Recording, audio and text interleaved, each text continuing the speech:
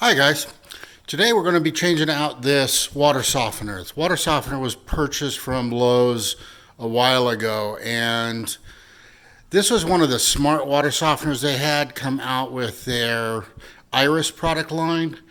And when they shut down the Iris product line, all the smarts on it kind of went dead. So it's been about 5 or 6 years. The salt isn't getting used, so I suspect that the tank is having some issues. That combined with the smarts on it not working quite right, I've decided to change it out with this unit over here, which is the AO Soft Smart Water Softener. As you can see, it's got some of the features that the Lowe's product did, or the Whirlpool did, but these actually work, and it doesn't depend on the Iris software or any third party. It works directly through your Wi-Fi. As you can see here, I've gone ahead and removed most of the salt that I could get to make it lighter. And being as we're going to shut off the water so we can work on this, what we're going to have to do is we're going to also shut down the water heater so we could drain the pipes. Water heater is going to partially drain, and we don't want it trying to heat things up while it's empty. It'll damage it. So I'm going to get things set up and we'll be right back. All right, I'm out at the street now. We're going to look in this water box here. Yeah. And see that yellow knob right there on the left? That's the one that we're going to turn to shut off the water to my home. So let's get down in here. So now the water in my home should be shut off. I'm going to go back to the house and open up one of the faucets to release the pressure and also drain the pipes a little bit. Hi guys, we're back, and this is the water heater. It was on. I went ahead and I moved this from the hot position over to the off position. This will keep this water heater from trying to heat the water while we're draining the water lines. All right, here we are at the water faucet. Go ahead and turn this on, open up a hose, and theoretically, we should start losing pressure here as the house decompresses.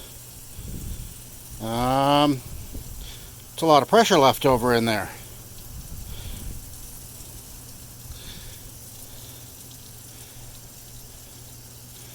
I'm wondering if my off valve works at this point in time. It's getting lower, so hopefully it is.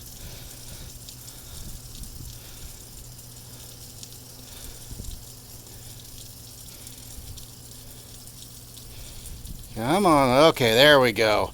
That was a lot more pressure than I was expecting. So it just takes a few minutes to wait for it. Right about now, the lines in the house are starting to empty, but they can't really empty because we haven't given them air to get some of the vacuum out of the lines. So I'm going to go in the house and turn on one of the faucets. So we're just going to go to the bathroom, turn on a faucet, and that'll allow it to suck some air into the line and drain the rest of that water. So I just turned on the cold side. I'm going to try to prevent the water heater from losing very much. I don't want too much air to get in there. As you can see there, we got a little bit of water keeps coming out. That'll take a while to drain. So while that's working, and because this is below the level that I'm going to be working on the water heater or the water softener, it should keep draining and leave the negative pressure at the water softener so I don't make a mess in the garage. All right, I'm going to set up the water softeners. All right, we're back. Let me go over what we're going to do here. And we got these two lines. I got marked on the wall, in and out. In is where it's coming in from the street, out to where it's going out to the house. And we're going to take these two lines here, loosen them up, unplug this, which is the water heater or water softener itself. And that will pretty much disconnect us completely from the wall. As you can see, I've got a filter, whole home filter here. It's one of the better units. I was pretty happy with this. It cleans, it self-cleans every night, so you don't have to change the filter. And that feeds in. So we go in from the street, into the whole home water filter, back out of the water filter, then we go into the water softener itself, and then back out of the water softener into the house. So I'm going to set this up over here and grab some tools and start some work. Alrighty, so I tried to get my crescent wrench. The largest crescent wrench I had was unfortunately a little bit too small for these 1-inch pipes. I also had this little auto adjuster thing. It's nice because it's got these rubber pieces to keep from marring the finish on the pipes, but it was a little bit too small too. So we're going to default back over to the channel locks. Channel locks here lets me get a good hold of those. We're going to pull those off with this and hopefully not scratch them up too much. So one of the major problems I'm going to run into here is I got to get myself some room. I'm going to pull this thing out. It still has some water in it and such, so it's pretty heavy. Let's see if we can get in there and get these loosened.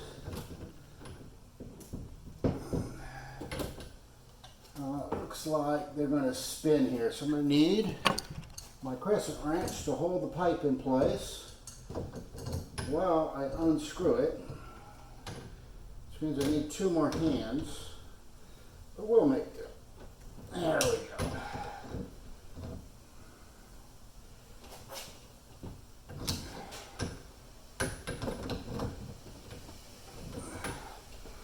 Let's see if I got that loose enough to get a hand. I said not quite yet. I'm going to work on the other one, see if I can get it out of my way.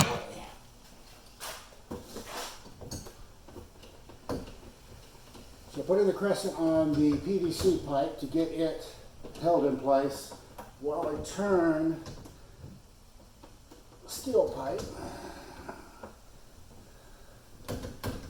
Get it loose enough. Still can't turn it by hand, but let's see what we can do. I'm sorry about the bad camera work. My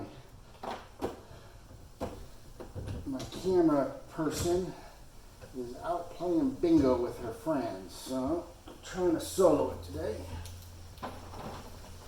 Alright, so we got the out. And I don't know if you could hear it over my talking, but when I opened this up, there was a lot of gurgling as it brought air into the pipe system. So we're going to move that out of my way. Now I've got much clearer shot at this bottom pipe over here. I'm going to hold this in place here. Grab this guy and pull that around.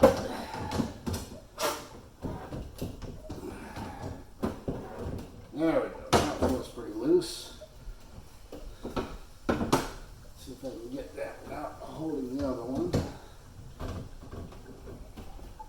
There we go.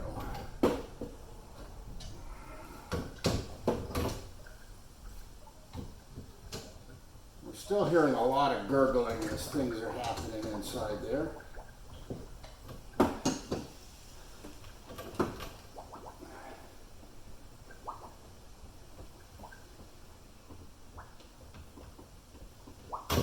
Alright, so those two are disconnected. I don't like bending these things around too much. Even though they're flex tubes, you can only flex them too much before they start getting weak, and you have the possibility of getting a little crack or weakness in there. Now the last thing we have to concern ourselves about is these drain pipes. So we're going to pull this thing off. I should be using some pliers, but the channel locks are here and ready, so we're going to try those.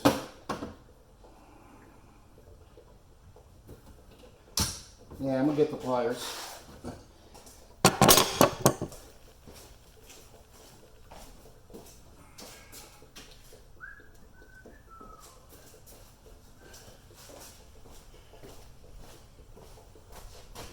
And here we go. So that's just to clamp it on there. Hopefully, now that that's off, just pull this rubber piece off. Doesn't look like it really wants to pull. Let's see if we can twist to break it loose. You want to be careful here because I just clamped it enough to break it. So we're just going to snap this off. It's going to leak anyway, so we don't want that to happen. I'm going to get some scissors.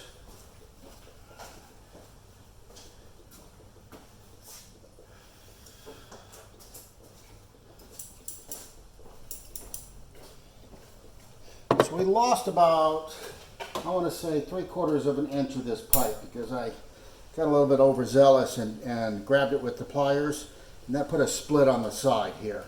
So hopefully we could still utilize this. Then this is our overflow, so if it gets too high, it automatically overflows out into the swell off down here. And then our last one here. It's still quite heavy. This is our drain, or actually I think this is the overflow because it came off very easily. So this is our overflow pipe. That just drains off the excess if we need it. So now we're completely disconnected from the wall. I'm going to go ahead and pull the old unit out and start unboxing the new unit. And I'll turn the video back on then. And like I said, this unit's still pretty heavy. So I have a furniture dolly. I strapped it on in there. I'm going to move this out and bring in the new one in just a second. Alrighty. So I got the old one out. As you can see here, we got the pipe here. We got an overflow pipe that we're going to be installing with the new one. Here goes the out pipe, the end pipe coming in from the street. Here's the new water softener. And I'm going to take a minute or 3 to unbox this. It's very heavy, so I'm going to try to figure out what's inside that. So I'll turn the camera around so you can get a better angle of me trying to unbox this. I'm not sure how well you can see this, but we're going to give it a shot. Opening this up, got some cardboard here, just going to lay that on the side. Looks like the lid here. I'm going to put this on the side on top of that cardboard so it doesn't get scratched up. And then it looks like we got the main unit here. And due to the weight, yeah, that's a little bit heavy. We're going to cut open this box just so we can slide it out instead of trying to pick it up. So I'm going to grab a razor blade here. And first thing I'm going to do is I'm going to look inside the box. I got nothing but air over here, so I'm going to cut over on this side here to make sure I don't hit anything inside.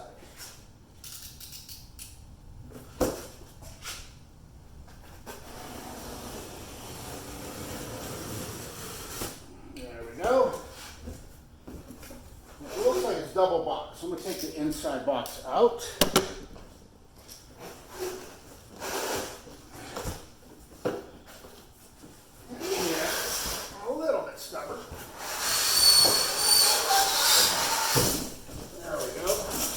It has some styrofoam on the side to help protect it. That's why it was stuck. Put this on the side over here. Alright, so on the bottom, I got quite a bit of space on either side, so I'm going to open up the side and bring this unit out.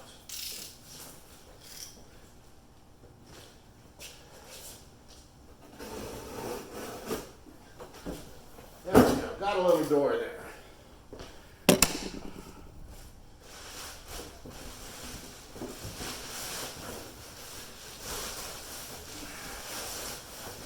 Let's see.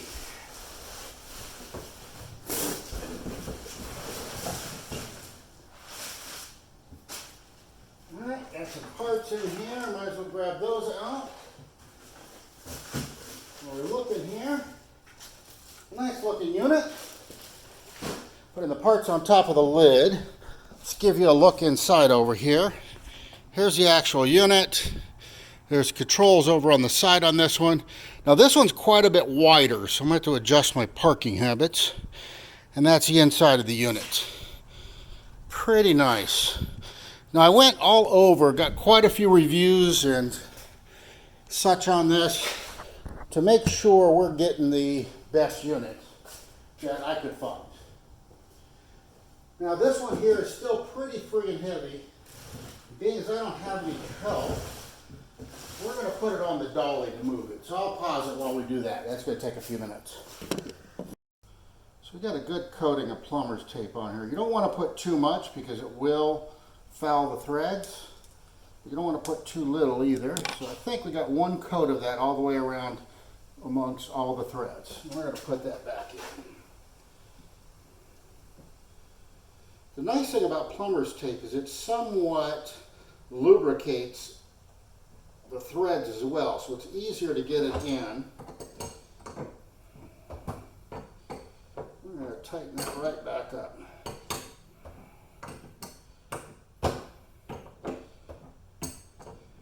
And the other part that I was talking about earlier, because I couldn't find the threads in the hole on the overflow, it looks like the overflow is created to just force the threads to screw into it without actually being threaded itself. And that is pretty tight in there again. All right, so now we only have the two overflows to deal with. And we're going to grab the hose that came with this for that.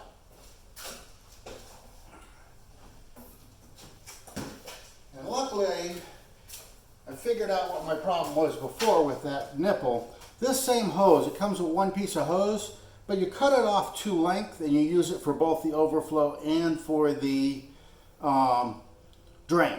So we're going to pop this on the drain first, which is up top here.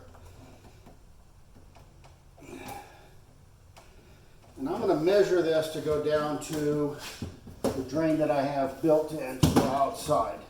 So we can get a good thing there, but we also want enough slack here that we can move this unit around a little bit without hurting anything. So we're going to take it off right there. Got my electrician's scissors in my pocket. And that clips that off there. Then we're going to take our overflow and do the exact same thing. So the overflow is screwed into the back here. And even though this is not threaded in the case here, these threads do screw into this plastic just by being tight enough. So we screwed that in, and you want this elbow facing down. All right. Plug this into here. And measure that out. So you can get it in there. It looks like right about there is good. I always leave it like an inch or two too long. You can cut it too long and fix it, but if you cut it too short, it's much harder to fix it. Now, one of the things that I did here is on my overflow tubes, if you notice, right here I put two holes. This is for a zip tie to go. So I can put the pipes in, these tubes in, then I can zip tie them in place so they won't come loose. And I will show you how that looks after I have it done. Alrighty, so I got my three tubes in here. One is the drain for the water filter, one's the drain for the water softener, one's the overflow for the water softener. I've got this zip tie going around inside this pipe and tying these together. You don't want this too tight because it'll cut off your flows. Alright, we got everything hooked back up. Had the drain in there. If you notice, there's a little bit of water down here, and this is my mistake. I forgot to tighten this one nut back up, and it was leaking when I turned the water back on. Other than that, no real events. I got some paper towels. I dried this real good. Now I'm going to use my back of my hand to see if I see any more water. And I'm going to do this with everything. Make sure there's no water leaking anywhere else. So there's a little bit of water here, but that might be from the splash. So I'm going to get my paper towels again. See if we get this all nice and dry. And we're going to test that again. Still a little bit there. That concerns me. Let's make sure we got all the water out of those nooks and crannies there. And that looks pretty dry. Don't see any water coming out anymore here. And, oops, that was a bad idea. This one got water on it from the other one. So, that's still wet. That's pretty wet. So I'm going to go ahead and tighten those down a little bit.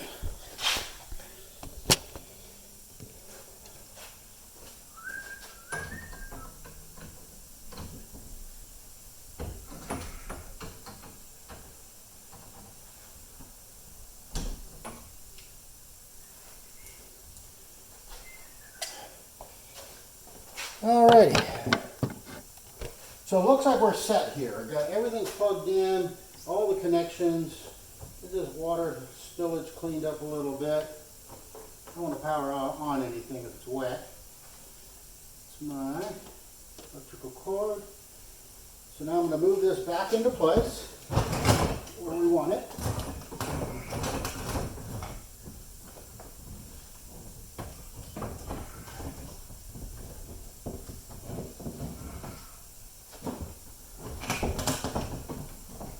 There we go. There we go. Got nice out of the way. Once again, I think I got the water cleaned up, so don't worry about that too much. And there's our water softener. All we got to do now is plug it in, power it up, and add some salt. So let's do that real quick. Got the power here. And what I'd like to do is I'd like to save this little twist tie that we have it and make sure we don't have excess line running to the floor. So we're going to measure this out a little bit. Plug that in here so it holds it in place for us. I'm unraveling this gradually just to make sure I can get to the plug in. And I want to keep all the excess under this counter so I don't have to have it hanging off the wall. So it looks like that's pretty good here. So I'm going to use that twist tie that I had and tie this back off right there.